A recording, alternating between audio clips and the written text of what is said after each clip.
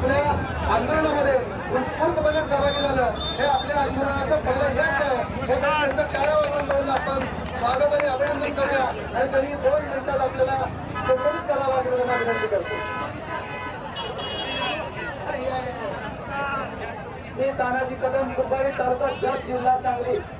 आमच्या या शिक्षकांच्या मागण्या मान्य करण्यासाठी व त्यांना पाठिंबा देण्यासाठी आणि त्यांच्या या कार्यात सहभागी होण्यासाठी म्हणून मी व माझे पालक, शाळेच्या वतीनं 15 ते 16 पालक व एसएमसी अध्यक्ष या नात्यानं आणि पालक या नात्यानं मी या मोर्चामध्ये सहभागी झालेलो आहे.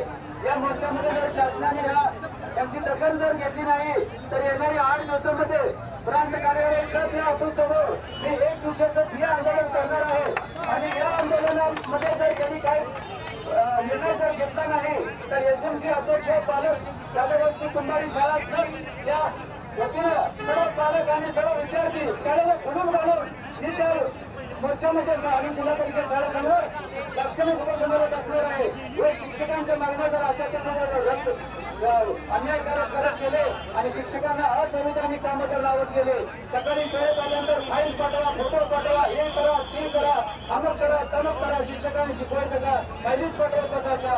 त्यासाठी या मार्चामध्ये उत्स्फूर्तपणे या मोर्चात सहभागी झालो.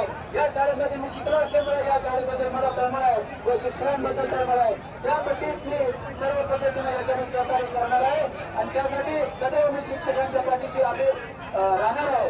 मी या शासनाला एकच इशारा देऊ इच्छितो की सर्व शिक्षकांना जोडून माझी विनंती आहे, येणाऱ्या निवडणुकीवर सर्व शिक्षकांनी बहिष्कार टाकावा व त्यांची जागा त्यांना दाखवून द्यावी. एवढंच मी बोलतो आणि मी माझे थांबवतो. जय हिंद, जय महाराष्ट्र.